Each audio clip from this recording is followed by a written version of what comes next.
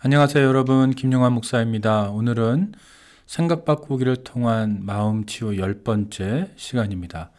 2020년도의 마지막 시간인데, 그동안 여러분들 수고 많이 하셨고요. 마지막 시간도 여러분들에게 유익할 수 있기를 바랍니다.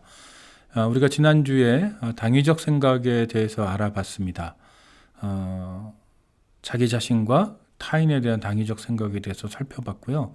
오늘은 하나님에 대한 당위적 생각을 살펴보도록 하겠습니다. 자, 우리가 신앙인으로서 하나님에 대한 당위적 생각을 가지고 있을까라는 생각을 할 수 있어요. 내가 하나님을 믿는 사람으로서, 나는 하나님의 백성으로서 하나님의 뜻에 순종하여 사는 사람인데, 과연 내가 하나님은 이래야 돼, 이래야만 해 라는 생각을 하는가? 라고 질문할 수 있어요. 그런데 우리가 우리의 기도와 또 우리의 생각과 또 우리가 속으로 하는 생각, 또 다른 사람들과 하는 대화, 이런 것들을 잘 분석을 해보면 우리 안에 의외로 하나님을 향한 당위적 생각이 굉장히 많다는 것을 알 수 있어요. 그리고 우리가 가지고 있는 당위적 생각은, 하나님에 대한 당위적 생각은 우리의 신앙에 굉장히 큰 걸림돌이 됩니다. 그래서 오늘 강의를 통해서 이 부분을 정말 하나님 앞에서 잘 돌아보고 해결을 봤으면 하는 생각이 있습니다. 자, 하나님에 대한 당위적 생각은 첫 번째로, 하나님은 반드시 나를 성공시켜 주셔야만 해. 혹은 하나님은 반드시 내 기도를 들어주셔야만 해. 혹은 하나님은 반드시 내 길을 좋은 곳으로 인도해 주셔야만 해. 라는 생각을 하고 있는 거예요. 자, 여러분, 어찌 보면 이거 여러분들이 가지고 있는 생각 아닐까요? 우리가 하나님 앞에 기도할 때, 하나님 이렇게 해주세요. 하나님 앞에 정말 간절하게 부탁을 하죠. 간구를 하죠. 그런데 우리의 간구와 우리의 부탁을 잘 분석해 보면, 하나님은 반드시 내 기도를 들어줘야 돼. 하나님은 반드시 내가 원하는 걸 해줘야 돼. 하나님은 반드시 내 길을 좋은 곳으로 인도해 주셔야 돼. 하나님은 반드시 나를, 내 남편을, 내 자식들을 성공시켜 줘야 돼. 라는 식의 당위적 생각이 숨어 있는 경우가 굉장히 많다라는 거예요. 그래서 여러분, 우리의 기도를 잘 보시면서 고민해야 되는데, 내가 나를 스스로 속일 수 있다라는 거. 그런데 문제는 뭐다? 하나님은 안 속아요. 그래서 우리는 믿음이라는 이름으로, 간절함이라는 이름으로, 또 기도의 확신이라는 이름으로 우리도 모르는 사이에 하나님 앞에 강요해요.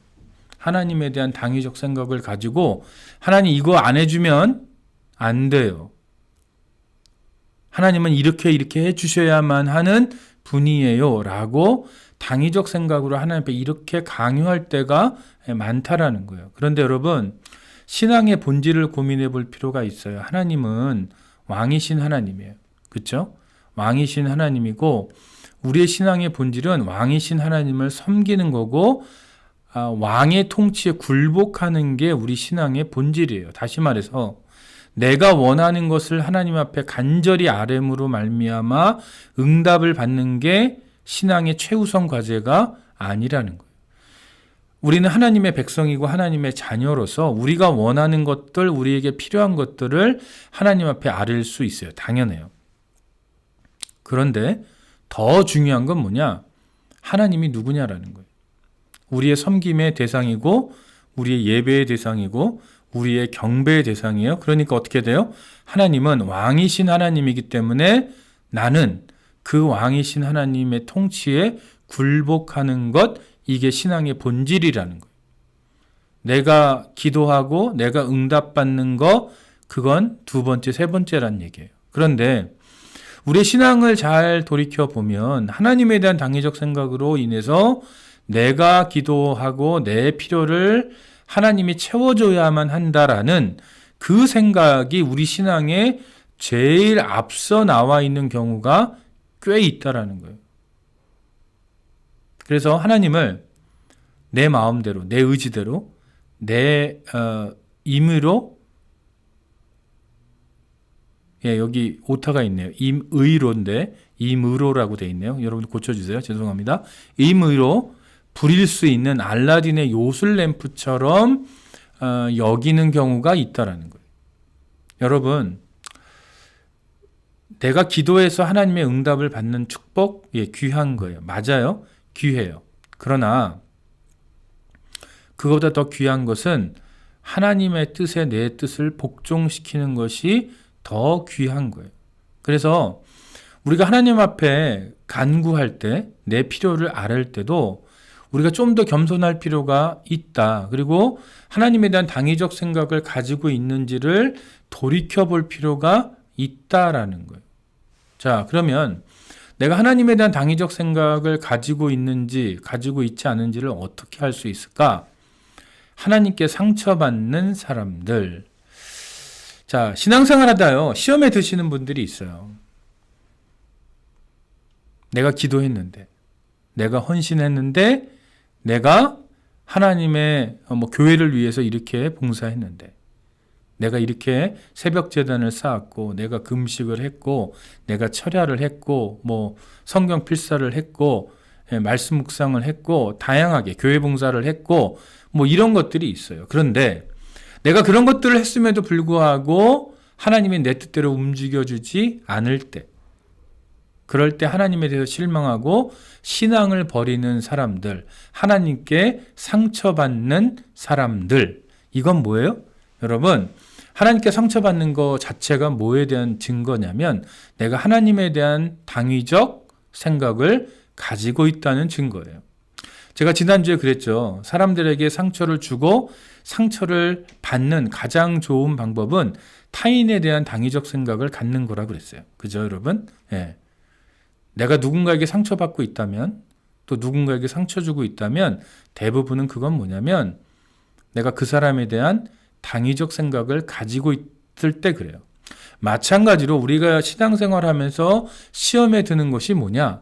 내가 하나님 앞에 상처받는 게 뭐냐? 쉽게 말하면 의외로 하나님께 상처받는 사람들이 많은데 교회 안에, 그것이 바로 하나님에 대한 당위적 생각을 가지고 있어서 하나님이라면, 당신이 정말 하나님이라면 나한테 이래야 돼.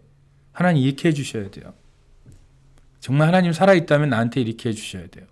라는 식의 사고방식을 가지고 있을 때가 많다라는 거예요. 그래서 여기 보면 하나님은 내 삶에 어려움을 주어서는 안 돼. 만약 그런 하나님이라면 나를 사랑하지 않는 거야. 하나님은 항상 나에게 돈을 많이 벌게 해주셔야 해. 만약 그렇게 하시지 않는다면 하나님은 내게서 떠난 거야. 내가 하나님께 헌신을 했으니 하나님은 당연히 나에게 축복을 주셔야 돼. 하나님은 당연히 내 자식을 출세시켜줘야 돼. 하나님은 당연히 내 남편의 비즈니스, 내 남편의 직장에서 잘 되게 해주셔야 돼. 하나님은 당연히 우리 가족들의 건강을 지켜주셔야 돼. 라는 식의 사고방식을 가지고 있다라는 거. 그게 바로 뭐에 대한 증거냐면 하나님에 대한 당위적 생각을 가지고 있다라는 증거예요. 그리고 이런 생각을 하는 사람들의 공통점은 뭐냐? 하나님께 상처받아요. 하나님 때문에 시험 들어요. 그리고 교회를 떠나고 신앙을 버리는 사람들도 있다라는 거예요. 아예 교회에 들어올 때 이런 목적으로 교회에 들어오시는 분들이 있어요. 하나님 앞에 내 문제를, 신앙생활에서 하나님 앞에 뭔가 내 문제를 해결받기 위해서. 때로는 신앙이 어린 사람들에게 하나님이 그것을 들어주실 때가 있어요. 아직은 잘 모르니까. 그러나 신앙이 성숙해져야만 하는 때에도 이러고 있다면 하나님은 그것을 그대로 들어주시지 않는다라는 거. 그래서 여러분이 하나님께 상처받고 있는지를 한번 봤으면 좋겠어요. 정말 하나님 앞에 내가 상처받고 있다면, 다시 말해서 하나님 때문에 내가 속상하고 하나님 때문에 뭔가 마음이 서운하고 하나님 때문에 뭔가 마음이 불편하다면, 내가 이렇게 기도했는데, 내가 이렇게 헌신했는데, 내가 이렇게 봉사했는데, 이런 마음이 든다면 여러분, 그거는 하나님에 대한 당위적 생각을 가지고 있다. 그것은 영적인 사실 교만이에요. 하나님은 우리의 섬김의 대상이고 우리의 굴복의 대상이지 내가 마음대로 움직일 수 있는 어떤 존재가 아니라는 것입니다. 여러분들 하박국 3장 17절 유명한 말씀이죠. 비록 무화과 나무가 무성하지 못하며 포도나무에 열매가 없으며 감람나무에 소출이 없으며 밭에 먹을 것이 없으며 우리의 양이 없으며 외양간에 소가 없을지라도 그래도 뭐예요? 난 여호와로 즐거워하겠다. 여러분들 우리가 무화과 나무 잎이 마르고 포도 열매가 없고 이런 찬양 아시죠?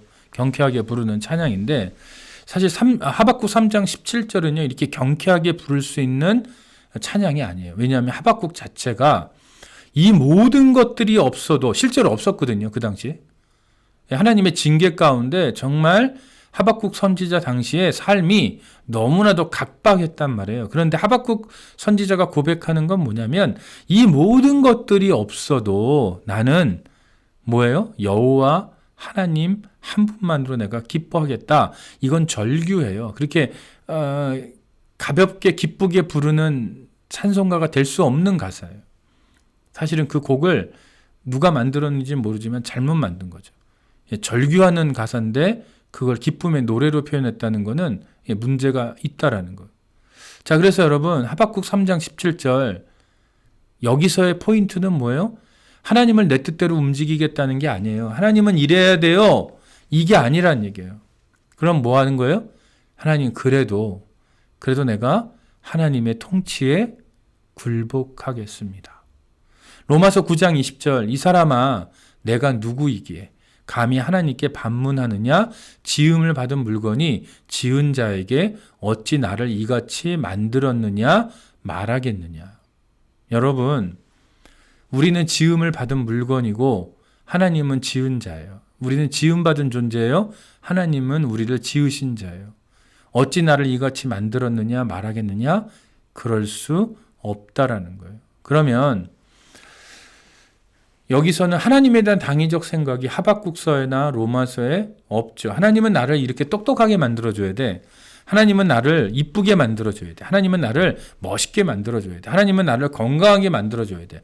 하나님은 나에게 이런 특별한 은사 혹은 재능을 주셔서 그걸로 하나님을 섬기게 만들어야 돼. 교회를 섬기게 만들어야 돼. 근데 그 뒤에는 뭐가 숨어 있을까요? 하나님은 이 모든 것들을 나에게 주셔서 나를 잘난 사람을 만들어줘야 돼. 다른 사람보다 우월한 사람을 만들어줘야 돼. 라는 당위적 생각이 있다라는 거예요.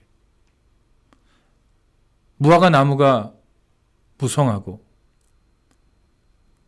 포도나무가 많고 감람나무에 소출이 많고 밭에 먹을 것이 많고 우리의 양이 많고 외양간에 소가 많게 해 주셔야 돼. 그래야 내가 하나님을 찬양하겠다. 조건적 생각이죠. 그런데 이건 뭐예요, 결국? 이걸 이렇게 해주셔야만 내가 이렇게 해주셔서 하나님을 좀 잘 섬기게 해주시지. 하나님을 위해서 멋진 일을 하게 해주시지. 그러나 겉에 표면적으로는 우리가 그렇게 생각하고 기도할지 모르지만 그 이면에는 뭐가 숨어 있을까요? 네. 그러면 그걸로 인해서 내가 잘나고 싶은 거예요. 다른 사람보다 우월하고 싶은 거예요. 우리 안에 이런 것들이 숨어 있어요. 그래서 그런 사람들일수록 하나님을 향한 당위적 생각을 가지고 있을 가능성이 높아요. 이것을 우리가 잘 볼 필요가 있다라는 것. 그래서 여러분 당위적 생각은요. 그게 나를 향한, 타인을 향한, 하나님을 향한 당위적 생각, 그게 어떤 당위적 생각이든 우리의 행복과 평안을 무너뜨리는 사탄의 거짓말이다. 나를 향한 것도 타인을 향한 것도 또 하나님을 향한 당위적 생각도 모두 우리의 행복과 평안을 무너뜨리는 사탄의 거짓말. 그 얘기는 뭐예요? 이런 당위적 생각을 가지고 있으면 우리가 행복할 수도 없고 평안할 수도 없고 감사할 수도 없다라는 거. 우리가 이 부분을 꼭 기억을 하셨으면 좋겠어요. 자, 그럼 여기까지가 당위적 생각의 끝이고요. 이제 오늘 마지막 강의의 마지막 강의는 그동안 우리가 배웠던 것을 한번 총정리하고 내년에 어떻게 할 것인지를 여러분들에게 소개하는 그런 시간으로 마무리를 하겠습니다. 곧 이어서 마지막 강의를 시작하도록 하겠습니다. 자, 이제 생각 바꾸기를 통한 마음치유 10번째 마지막 강의를 시작을 하는데 그동안 우리가 10주 동안 많은 것을 한 것 같죠. 예, 뭐 많은 것을 했다고도 할 수 있고, 그냥 뭐 조금 약간의 내용을 공부했다고 말할 수도 있어요. 그거는 뭐 주관적으로 느끼시는 게 다를 것 같은데, 사실은 많은 거를 하기도 한 것 같지만 그렇게 많은 것을 한 건 아니에요. 자, 그러면 우리가 그동안 뭘 했는지 한번 볼게요. 우리가 인지사제라는 거 제가 여러분들에게 말씀드렸고, 인지구조라는 것도 첫날 설명을 드렸어요. 그리고 우리가 이제까지 총 10주 동안 몇 가지의 인지 오류에 대해서 배웠냐면 6가지의 인지 오류를 배웠습니다. 첫 번째 배운 건 조건적 생각, 이분법적 생각, 임의적 추론, 과잉 일반화, 제한적 생각, 당위적 생각, 이렇게 6가지의 인지 오류에 대해서 배웠어요. 그러면 이 시간에는 요것들을 하나씩 한번 살펴보고 요 내용이 어떤 건지를 한번 리마인드하는 차원에서 간단하게 살펴보고 끝내도록 할게요. 자, 인지사제는요, 제가 원래는 인지행동치료는 인지3제를 가르친다고 말씀드렸죠. 자기 자신에 대해서 어떻게 생각하느냐, 자신의 경험, 상황을 어떻게 해석하느냐, 또 자신의 미래에 대해서 어떤 기대를 갖고 있느냐, 이 3가지 주제에 대해서 내가 어떤 생각을 하고 있는지에 따라서 우리의 감정과 행동이 결정되고 또 우리의 정신 건강이 결정된다, 이런 말씀을 드렸었어요. 그런데 저는 어떻게 생각하냐면 여기 하나님을 어떤 분으로 해석하느냐가 가장 첫 번째로 나와야 한다고 생각해요, 신앙인들은. 왜냐하면 하나님이 누구냐, 하나님이 어떤 분이냐에 대한 해석이 달라지는 것으로 인해서 내가 누군지, 내가 현재 겪고 있는 경험과 상황이 어떤지, 내 미래가 어떻게 될 건지에 대한 생각이 바뀌더라, 이거예요. 그래서 우리에게 가장 중요한 건 뭐냐, 인지에 있어서 하나님을 누구로 인식하느냐, 이게 사실은 제일 중요해요. 그래서 제가 인지3제라는 말은 공식적으로 인지행동 치료에 있지만 저는 인지4제를 주장하는 사람이고, 뭐 언젠가는 이것을 가지고 글을 써보려고 하는데, 아무튼 하나님이 누구시냐가 저는 개인적으로 우리의 생각에 있어서 제일 중요한 부분이라고 생각을 합니다. 그래서 여러분들이 하나님을 제대로 알아가는 것, 성경에 기록된 대로 알아가는 것이 우리의 정신건강, 영적인 건강, 굉장히 중요하다라는 것. 자, 그 다음에 제가 인지구조에 대해서 설명을 드렸었어요. 이건 아론백이라는 학자의 이론인데, 우리의 생각은 3가지 층으로 이루어져 있다. 가장 바깥에는 자동적 사고가 있고, 그 중간에는 중간 믿음이 있고, 가장 한복판에는 핵심 믿음이 있다고 제가 말씀을 드렸고, 그 다음에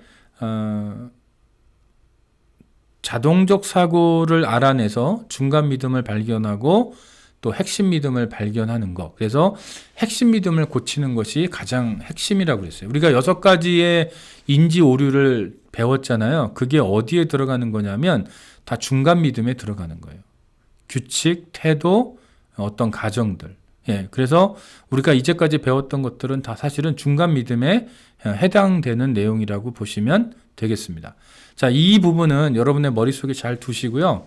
내년에 우리가 이제 모든 인지 오류들을 배우고 나서 그 다음에 해야 하는 작업 가운데 이 내용들을 활용할 거예요. 그렇기 때문에 여러분의 머릿속에 이 내용이 꼭 들어있기를 바랍니다. 오늘은 이 정도만 하고 넘어갈게요. 그래서 뭐 여기 보면 상황을 통해서 자동적 사고가 움직이게 되죠. 상황은 어떤 상황이냐? 전에 봤듯이 책을 읽었다. 근데 어려워요. 자, 이거 너무 어렵다. 나는 결코 이것을 이해할 수 없을 것이다. 이게 이제 이 책 너무 어려운데 이거 나 모르겠다. 아무리 읽어도 나는 안 될 거야. 이 책을 이해 못할 것 같아. 라는 것이 자동적 사고예요. 뭐 이 세미나를 들으시면서도 어떤 분들한테 이 세미나가 어려울 수 있어요. 그래서 세미나를 듣고 이거 너무 어려운데 나 이거 이해 다 못할 것 같은데, 이게 자동적 사고예요. 자, 그러면 반응들이 오겠죠. 감정적 반응, 뭐 슬픔, 뭐 혹은 분노가 일어날 수도 있어요. 아니, 책을 쓰려면 좀 쉽게 쓰지, 이게 뭐 좀 알아먹게 써야지, 이게 뭐야, 이렇게 얘기할 수도 있어요. 그렇죠? 그러면 그 분노라는 감정이 일어날 수도 있겠죠. 그 다음에 행동, 뭐 책을 덮는다든가, 책을 뭐 침대에다 딱 던지면서 에이 나중에 읽을란다 뭐 이럴 수도 있고, 에이 됐다 안 읽어 뭐 이렇게 할 수도 있고요. 생리적 반응이 올 수도 있어요. 복부에 중압감이 오거나 뭐 기분이 나빠서 심호흡이 뭐 호흡이 좀 짧아진다든가 이럴 수도 있겠죠. 그 다음에 이건 너무 어려워 나는 이거 결코 이해할 수 없어라는 자동적 사고를 왜 보냐면 중간 믿음을 발견하기 위해서 보는 거예요. 그래서 만약 내가 완전히 이해할 수 없다면 나는 우둔하는 거야. 이게 중간 믿음이에요. 이게 규칙이잖아요. 가정이죠. 그렇죠? 태도죠. 근데 핵심 믿음은 뭐냐? 나는 무능력하다. 이 핵심 믿음을 고치지 않으면 정신적인 건강이 마음의 치유가 일어날 수 없어요. 그래서 나중에 이제 내년에 저와 여러분들이 이 자동적 사고를 발견해내는 훈련을 할 거예요. 자동적 사고를 발견해내려면 자신의 인지 오류를 알아야 돼요. 그래서 우리가 이제까지 공부를 한 거예요. 그러니까 여태까지 우리는 준비 작업의 절반 정도만 온 거라고 생각하시면 돼요. 이 도표를 여러분들의 머릿속에 좀 두시면 좋을 것 같아요. 내년을 위해서 필요합니다. 오늘은 이 정도만 하고요. 그 다음에 이제 우리가 6가지 배웠어요. 조건적 생각이죠. 조건적 생각은 뭐예요, 여러분? 나 자신, 타인과의 관계에서 조건적이며 보복적으로 생각하는 사고의 틀이라고 그랬어요. 그래서 이렇게 하면 내가 이거 해줄게. 이렇게 안 하면 안 해줘. 이런 류의 생각들. 그래서 근데 조건적이라고 말할 때는 제가 중요한 게 뭐냐면 내가 임의대로 만든 조건이에요. 다시 말해서 성경에 있는 조건이 아니란 얘기예요. 내가 만든 거예요. 그래서 율법적이죠. 그래서 당위적이에요. 조건적 생각은 그래서 이분법적이에요. 당위적이에요. 다 연결돼 있어요. 그래서 조건적 생각을 하는데 이분법적인 생각을 안 하기 되게 어렵고요. 또 조건적인 생각을 하는데 당위적 생각이 없을 수가 없어요. 그렇게 생각하시면 됩니다. 그래서 여러분 조건적 생각, 이분법적 생각, 당위적 생각 이 세 가지 중에 한 가지만 가지고 있을 수는 없어요. 이건 세트 메뉴거든요. 세트 메뉴이기 때문에 같이 따라옵니다. 그러니까 내가 조건적 생각을 하고 있다는 얘기는 뭐냐? 이분법적인 생각을 하고 있다는 얘기고 당위적 생각을 하고 있다라는 얘기와 같은 얘기예요. 그래서 여러분들 생각을 한번 잘 보십시오. 자, 이분법적인 생각 우리가 배웠었죠. 항상 사람이나 사물이나 사건에 대해서 좋다 나쁘다 이렇게 딱 가르는 거죠. 양극적으로 가르는 거예요. 그래서 축복이냐 저주냐, 천국이냐 지옥이냐, 성령이냐 마귀냐, 성공이냐 실패냐, 행복이냐 불행이냐, 맞는다 안 맞는다, 좋은 사람 나쁜 사람, 친구, 원수, 우파, 좌파, 육회, 불쾌, 사랑, 증오, 좋다 나쁘다, 크다 작다, 가깝다 멀다, 밝다 어둡다, 옳다 그르다. 제가 그 유튜브를 가끔가다 이렇게 보면 가짜 뉴스를 이렇게 열심히 하시는 분들의 그 유튜브를 볼 때가 있어요. 볼 때 좀 답답해요. 왜냐하면 그분들의 사고 이렇게 가만히 내용을 들어보면 굉장히 이분법적이에요. 그래서 좋다 나쁘다, 좌파냐 우파냐 이게 딱딱 나누는 경향이 있다라는 거예요. 여러분 성경을 자세히 보면 축복 같은 저주가 있고요. 저주 같은 축복이 있어요. 성령으로 보이는 마귀의 행동이 있고요. 마귀처럼 보이는 성령의 행동이 있어요. 성공으로 보이는 실패가 있고요. 실패로 보이는 성공이 있어요. 행복으로 보이는 불행이 있고요. 불행으로 보이는 행복이 있어요. 맞는 것처럼 보이는 안 맞는 게 있고요. 안 맞는 것처럼 보이는 맞는 게 있어요. 좋은 사람처럼 보이는 나쁜 사람이 있고요. 나쁜 사람처럼 보이는 좋은 사람이 있어요. 그 얘기는 뭐예요? 우리가 성경도 그렇고 우리의 경험도 그렇고 이 세상을 좋다 나쁘다 이분법적인 생각으로 볼 수 없다라는 거예요. 그런데 많은 사람들이 이분법적으로 본다라는 거예요, 세상을. 이 세상은 그렇게 이분법적으로 딱 나눠지는 세상이 아니죠. 성경의 내용도 이분법적으로 딱 해석하면 해석이 안 되는 장면들이 너무 많아요. 그런데 우리가 이분법적인 생각을 고수한다? 그거는 하나님의 뜻에 맞지 않다라는 거. 성경과 맞지 않아요. 그렇기 때문에 이 생각을 우리가 내려놓을 필요가 있다. 그래서 이분법적인 사고 가진 사람의 특징은 뭐예요? 매사를 극단적으로 판단해요? 중간지대가 없어요. 말이 극단적이라고 얘기했어요? 이런 사람들은 창의적이지 않아요? 대안이 없어요. 그리고 다른 사람을 극단적으로 사랑하거나 극단적으로 미워해요. 네, 이런 분들 있죠. 주변에 있을 거예요, 여러분. 잘 보십시오. 그 다음에 중립 및 중간지대 결여되어 있고요. 호불호가 명확하고요. 돈은 선하냐 악하냐, 네, 이렇게 질문하죠. 돈이 가지고 있는 중립적인 성격을 잘 이해를 못해요. 그래서 많은 것들은 중립적인데 이러면 좋을 수 있고 이러면 나쁠 수 있는 것인데 꼭 좋으냐 나쁘냐 선하냐 악하냐로 나누는 경향이 있고요. 문제가 있을 때 타협점 찾기가 굉장히 어렵고 경직된 생각을 하는 경향이 있다라고 제가 말씀을 드렸습니다. 그리고 감정과 사실의 분리가 불명확하다. 예. 그래서 이런 분들은 기분의 지배를 받는다. 하나님을 섬기는 것 같지만 실제로는 자신의 기분을 섬긴다. 그래서 기분에 따라 교회 출석도 하고 기분에 따라 봉사도 하는 굉장히 흔들리는 크리스찬들이라고 할 수 있습니다. 자, 그래서 이분법적인 사고를 하는 것을 어떻게 할 수 있느냐? 우리의 언어를 보면 알아요. 항상 결코 완전히 전적으로 절대로. 합리적 사고의 언어는 뭐예요? 때로는, 대개, 종종, 흔히, 부분적으로, 간혹, 가끔, 어떤 면에서는. 여러분들이 누군가와 대화를 할 때 위에 있는 이분법적인 사고를 밑에 있는 합리적 사고의 언어로만 바꿔도 여러분의 대화는 한결 부드러워집니다. 아주 많이 바뀝니다. 정말로 많이 바뀝니다. 예. 부부싸움 하실 때요, 제가 그랬잖아요. 이 합리적 언어로 바꿔서 부부싸움을 하시면 부부싸움의 질이 굉장히 올라가요. 고급진 부부싸움을 할 수 있어요. 다른 사람과 대화할 때도 마찬가지예요. 이렇게 대화를 바꾸면 여러분의 대화가 굉장히 부드러워져요. 그리고 이분법적인 생각은 결과만 생각해요. 과정을 무시해요. 항상 결과론적인 생각을 하시는 분들이에요. 그래서 불안과 좌절의 경향이 강하다.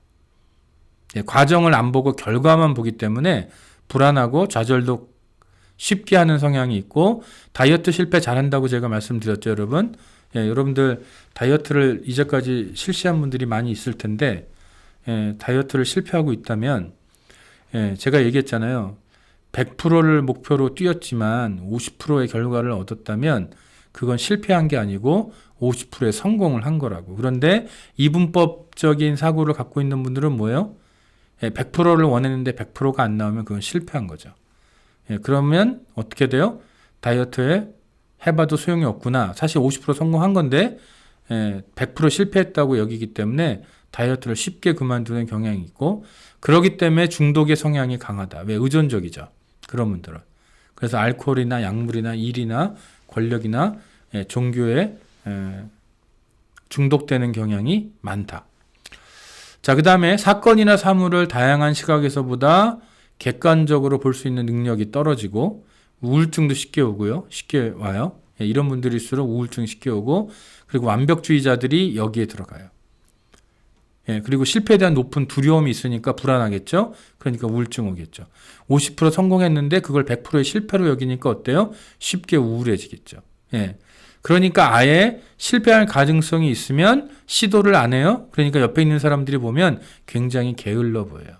그리고 쉽게 포기하는 성향, 아까 다이어트처럼 쉽게 포기하는 성향이 있다라고 제가 말씀을 드렸어요. 그러니까 어떻게 돼요? 결과적으로 자존감이 낮아지겠죠. 정신분열, 그러니까 정신적으로 약해요. 스트레스도 높아요.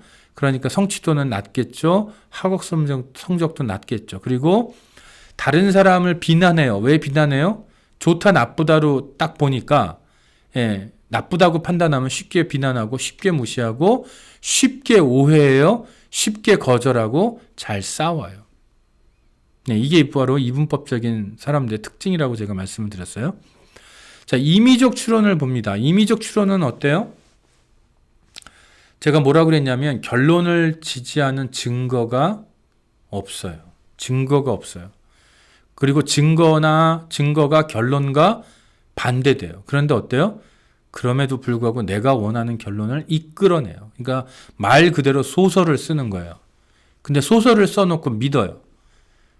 그래서 예측할 수 없는 거, 예측 안 해도 되는 거, 예측할 필요도 없는 것을 지나치게 상상하고 짐작하는 거, 이게 바로 임의적 추론이라고 그랬고요. 그 다음에 자기 혼자 온갖 부정적 상상을 확장해 나가고 꼬리에 꼬리를 무는 생각으로 마음대로 상상한다. 예, 마음대로 상상해요. 그러니까 어떻게 돼요? 의부증도 생기고 의처증도 생기고 다른 사람에 대한 오해가 상당히 많아요. 만약에 여러분들이 오해를 잘하고 있다면 임의적 추론이 굉장히 강하다라고 생각하시면 돼요. 자, 임의추론적 신앙은 어떻다고 그랬어요? 이런 분들은 자기가 좋아하는 특정 성구가 있어요. 성경에. 그러면 다른 건 잘 안 봐요. 그것만 가지고 모든 것을 판단해요. 자기 신앙의 경험을 특정 몇 개의 성구만 가지고 지엽적으로 해석한다는 얘기예요. 그리고 자신의 마음대로 상상하여 만든 하나님을 믿어요. 왜? 임의적 추론은 증거가 없어도 믿기 때문에 자기 마음대로 하나님을 상상해서 만들어 놓고 이분이 하나님이야 라고 얘기한다라는 거예요. 그래서 하나님에 대한 당위적 생각들을 굉장히 많이 갖고 있어요. 그게 바로 우상숭배예요. 자, 그 다음에 과잉일반화는 뭐라고 했어요? 제가 이거는 임의적 추론은 증거가 없는 건데 얘는 증거가 있다고 그랬어요. 그죠? 그런데 문제는 뭐냐? 그 증거를 과장해요. 뻥튀기예요. 예, 그것이 굳어진 거예요. 사고의 틀로. 그래서 일부 사실만 보고 부정적으로 전체적인 결론을 내려버려요. 어떤 한 사람의 어떤 한 부분만 보고 한 부분 어떤 한 사람에게 100가지의 뭐가 있다고 뭐 행동이 있다고 생각을 해봐요. 그런데 한두 가지의 부정적인 행동만 가지고 이 사람을 나쁜 사람이다라고 그냥 판단해 버리는 거예요. 그게 바로 과잉일반화의 생각입니다. 예, 그래서 하나를 보면 열을 안다? 그럴 수도 있죠. 그러나 대부분은 하나를 보면 하나를 알 때도 많고 둘을 알 때도 많아요. 그래서 그걸 열을 안다고 착각하는 거는 지나친 과잉일반화의 사고라고 제가 말씀을 드렸습니다. 또 그래서 이런 분들은 피해의식이 많고요. 그래서 우울증도 많고요. 사람을 첫인상에 따라 사람을 판단하기 때문에 사람한테 배신도 잘 당해요. 상처도 잘 받겠죠. 그러니까 그리고 순진하다는 얘기도 들을 가능성이 높아요. 그래서 사용 용어를 보면 맨날 항상 다 틀려 먹었어. 저 인간은 다 틀려 먹었어. 요즘 애들은 다 저래. 요즘 애들이 다 저렇지는 않아요. 그런 아이들만 그래요. 그래서 이 과잉일반화는 증거가 있죠. 요즘 애들 중에 다 그래요. 그런 애들도 있죠. 근데 그걸 뻥튀기 한다라고 제가 말씀을 드리는 거예요. 다 틀려 먹었어? 틀려 먹은 것도 있죠. 그러나 다 틀려 먹은 거는 아니죠. 틀려 먹은 게 있을 뿐이에요. 맨날 그러는 거 아니에요? 종종 그래요. 항상 그러는 거 아니에요? 가끔 그래요. 자, 그 다음에 재앙적 생각은 뭐예요, 여러분? 자신에게 좋지 않은 일이 생길 거라고 이 두려운 생각을 하는데 그게 아예 틀로 굳어진 거라고 제가 말씀을 드렸어요. 그래서 내가 조그만 실수를 해도 잘못에 대해서 엄청난 처벌이 임할 거야 라는 과장된 생각을 한다고 그랬고 일종의 불안장애다. 그래서 어떤 사건, 사태에 대해서 지나치게 부정적인 것만 과장해서 아주 비극적인 가능성을 자꾸 상상을 하는 거죠. 이거는 과잉일반화도 되고 임의적 추론도 돼요, 사실은. 그러니까 과잉일반화와 임의적 추론을 하면 이런 재앙적 생각이 오게 됩니다. 그러니까 재앙적 생각은 앞에 두 생각의 결과물이라고 제가 말씀을 드렸어요. 그래서 이런 불길한 생각, 재난적 생각, 파국적 생각, 절망적 생각, 비극적 생각. 몸이 조금만 안 좋으면 뭐예요? 암에 걸릴 것 같아. 사업이 잘 되다가 좀 안 되면 어때요? 사업이 망할 것 같아. 뭔가 상황이 어려우면 미쳐버릴 것 같아. 불길한 일이 생길 것 같아. 저주를 받을 것 같아. 하나님이 나를 버리신 것 같아. 교통사고가 날 것 같아. 곧 죽을 것 같아. 누군가에게 살해당할 것 같아. 이런 류의 생각들. 이게 지나쳐지면 뭐가 될까요? 정신분열이 되는 거예요. 그래서 이런 재앙적 생각을 하나님에 대한 신뢰로 바꿀 때 이 재앙적 생각을 이겨낼 수 있습니다. 그래서 재앙적 생각에는 5가지 유형이 있다고 그랬어요. 신체적 재앙적 생각, 몸에 무슨 조금만 이상이 있어도 내가 병든 것 같다, 이런 류의 생각이고요. 상황적인 재앙적 생각이에요. 이거는 상황 자체를 재앙으로 생각한다. 그래서 제가 얘기했듯이 성수대교 무너진 다음에 뭐 한강에 다리를 건널 때마다 다리가 무너질까 봐 걱정하는 거, 그리고 또 뭐 삼풍백화점이 무너졌을 때 백화점에 가기가 무섭고 빌딩 안에 들어가는 게 너무 두려운 거, 그런 것도 이제 불안장애, 재앙적 생각의 상황적인 재앙적 생각이라고 얘기할 수 있고요. 사회적인 재앙적 생각은 다른 사람과의 관계가 망가질 거라고, 다른 사람에게서 피해를 입거나 아니면 사회에서 매장당하거나 이런 류의 생각을 하는 것이 사회적인 재앙적 생각이라고 말씀을 드렸습니다. 그 다음에 정신적인 재앙적 생각은 내가 자제력을 잃어버리고 뭔가 정신이 좀 확 돌아버릴 것 같다, 그런 생각을 하는 것이 바로 정신적인 재앙적 생각이라고 말씀드렸고요. 그 다음에 신앙적인 재앙적 생각은 뭐예요? 하나님이 나에게 벌을 내릴 것 같다는 상상, 그런 공포감을 가지고 신앙생활을 하는 거, 이게 바로 신앙적인 재앙적 생각이라고 말씀을 드렸어요. 자, 그 다음에 이제 우리가 지난주와 오늘 배웠던 당위적 생각, 이건 뭐예요? 자기 자신과 타인과 하나님에게 당연히 해야만 하는 의무를 요구하는 거. 근데 그것이 사고의 틀로 굳어진 거예요. 그래서 당위적 생각을 하고 있다는 얘기는 뭐예요? 반드시, 항상, 언제나, 당연히라는 언어를 쓰고 있고, 알버트 앨리스 같은 경우는 가장 싫어했던 게 바로 이건데, 정신건강이 나쁜 사람들을 임상정을 해봤는데 대부분은 이런 당위적인 언어를 많이 사용하더라. 그래서 이런 분들에게는 정신적인 문제가 생길 가능성이 높다라는 그런 결론을 알버트 앨리스가 내렸다고 제가 말씀을 드렸습니다. 자, 그러면 이제 결론을 한번 해볼게요. 이제 이제까지 배웠던 것에 대한 결론입니다. 자, 여기 제가 위에다가요, 조건적 생각, 이분법적 생각, 당위적 생각, 아까 얘기했듯이 이것을 한 그룹으로 묶을 수 있어요. 쟤네들은 형제예요. 끈끈하게 연결되어 있어요. 아래에 있는 이 3가지 생각이 아래 3가지 생각과 연결이 돼 있긴 돼 있지만 조금은 느슨해요. 그런데 이 3가지는 굉장히 끈끈해요. 조건적 생각을 하면서 이분법적 생각 안 하기 되게 어렵습니다. 그리고 조건적 생각을 하면 당위적 생각을 하게 됩니다. 이분법적인 생각을 하게 되면 조건적 생각을 하게 되고 당위적 생각을 하게 돼요. 당위적 생각을 하게 되면 이분법적인 생각과 조건적인 생각을 하게 돼요. 그래서 얘네들은 같이 움직여요. 마찬가지로 임의적 추론을 하거나 과잉일반화를 하거나 그러면 재앙적 생각이 따라와요. 재앙적 생각을 하고 있다면 그 얘기는 뭐예요? 임의적 추론과 과잉일반화를 하고 있을 가능성이 높다는 얘기예요. 그래서 이 3가지를 하나의 패키지로 묶어서 생각해 보면 결국은 같이 가는 애들이라는 얘기죠. 그래서 여러분들이 만약에 위에 있는 3가지 그룹 중에 내가 한 가지가 있다, 한 가지만 있는 게 아닙니다. 나머지 2가지도 있다는 증거예요. 아래에 있는 3가지 중에 내가 한 가지가 있다, 한 가지만 있는 게 아니고 나머지 2가지도 있을 가능성이 굉장히 높아요. 여러분들이 그 부분을 한번 잘 들여다 보셨으면 좋겠어요. 그래서 포인트는 뭐냐면, 자, 우리가 6가지 배웠는데, 일단 6가지 배웠는데 내 안에 어떤 왜곡된 생각이 있는지를 찾아내는 게 포인트고요. 2번째는 그거를 현실적으로 평가해서, 다시 말해서 긍정적으로 평가해서가 아니에요, 여러분. 긍정적으로 평가해서가 아니고 현실적으로 평가해서 수정하는 거, 이게 목표라고 제가 분명하게 말씀을 드렸어요. 자, 그러면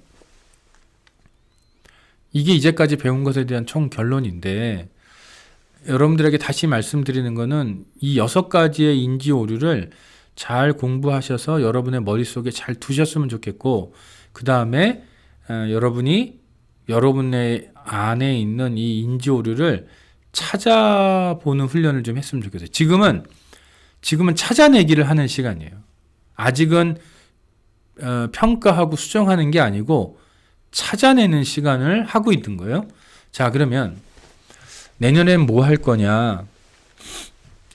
몇 가지의 인지 오류를 더 배울 거예요. 완벽적 생각이라는 것도 배울 거고, 좌절적 생각이라는 것도 배울 거고, 부정적 생각이라는 것도 배울 거고, 반복적 생각, 비교적 생각, 이런 5가지의 인지 오류를 더 배울 거예요. 그러면 총 11가지가 되겠죠.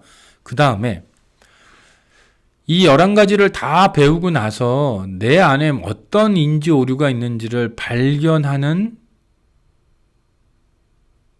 그 훈련을 좀 여러분이 스스로 하셔야 돼요. 그 다음에 그러면 이 생각들을 발견하고 끝이냐? 아니에요.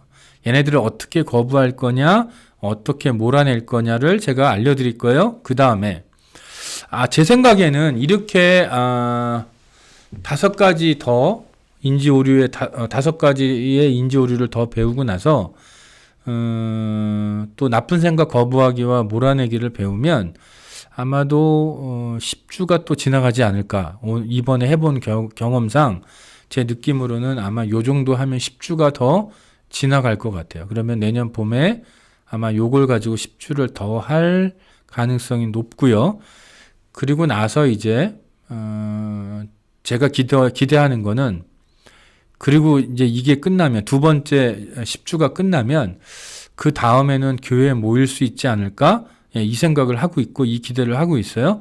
그렇게 되면 이제는 모여서 그동안 배웠던 11가지의 인지 오류를 어떻게 우리가 찾아내고 또 어떻게 다른 생각, 합리적인 생각으로 대처하고, 그 합리적인 생각으로 대처하는 훈련을 한 다음에 그 다음에 뭘 할 거냐면 그거를 신앙적인 생각으로 대처하는 훈련을 할 거예요.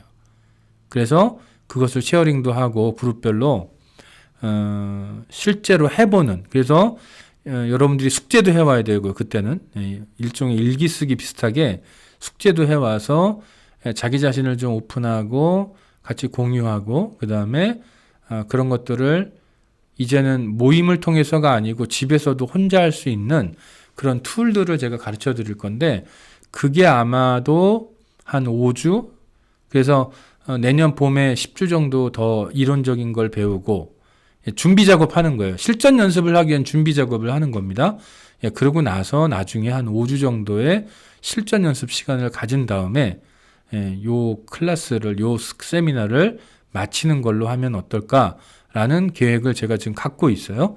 자, 그래서 내년에는 이렇게 5가지의 인지 오류를 더 배우고, 그 다음에 이 11가지의 생각을 어떻게 거부하고, 거부하는 것으로 끝나는 것이 아니고 어떻게 몰아낼 거냐, 그 다음에 인지행동 치료가 우리에게 가르쳐주는 요 기법들이 있는데, 그 기법들의 몇 가지만 또 우리가 실제적으로 해봐서, 실제적으로 그거는 상담하는 분들이 내담자들에게 실제 숙제를 주는 게 있어요. 그거를 저하고 여러분이 같이 해보는데, 저는 아까 인지사제를 제가 여러분들에게 설명한 것처럼 보통 일반적인 인지행동 치료에서 가르쳐주는 이론이 있는데, 그 기술이 있는데, 저는 거기다가 더 신앙적인 거를 넣어서 기독교적인 인지행동 치료를 좀 해보려고 하는 겁니다.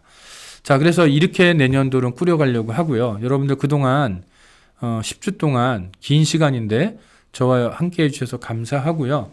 그 다음에 많은 분들이 저에게 피드백을 주셨어요. 뭐 이메일로도 주셨고 카톡으로도 주셨고, 그 다음에 전화로도 주셨어요. 많은 분들이 격려해 주셔서 참 감사하고, 저도 이제 제가 이렇게 지금 컴퓨터 앞에서 이렇게 녹화를 하고 있지만, 사실은 이 강의는 여러분들과 제가 직접 만나서 해야 더 효과가 높고 재미있고 더 유익한 강의예요. 그런데 지금 상황이 어쩔 수 없이 이렇게 임시로 이렇게 하고 있는데, 내년에는 정말 만나서 더 유익한 시간을 만들 수 있기를 바라고요. 그 다음에 여러분들이 이것들을 공부하시면서 질문 있으시면 질문을 주셔도 좋고, 또 앞에서 했던 강의들을 한번 다시 들어보는 방법도 여러분들에게 도움이 되실 거라고 생각을 합니다.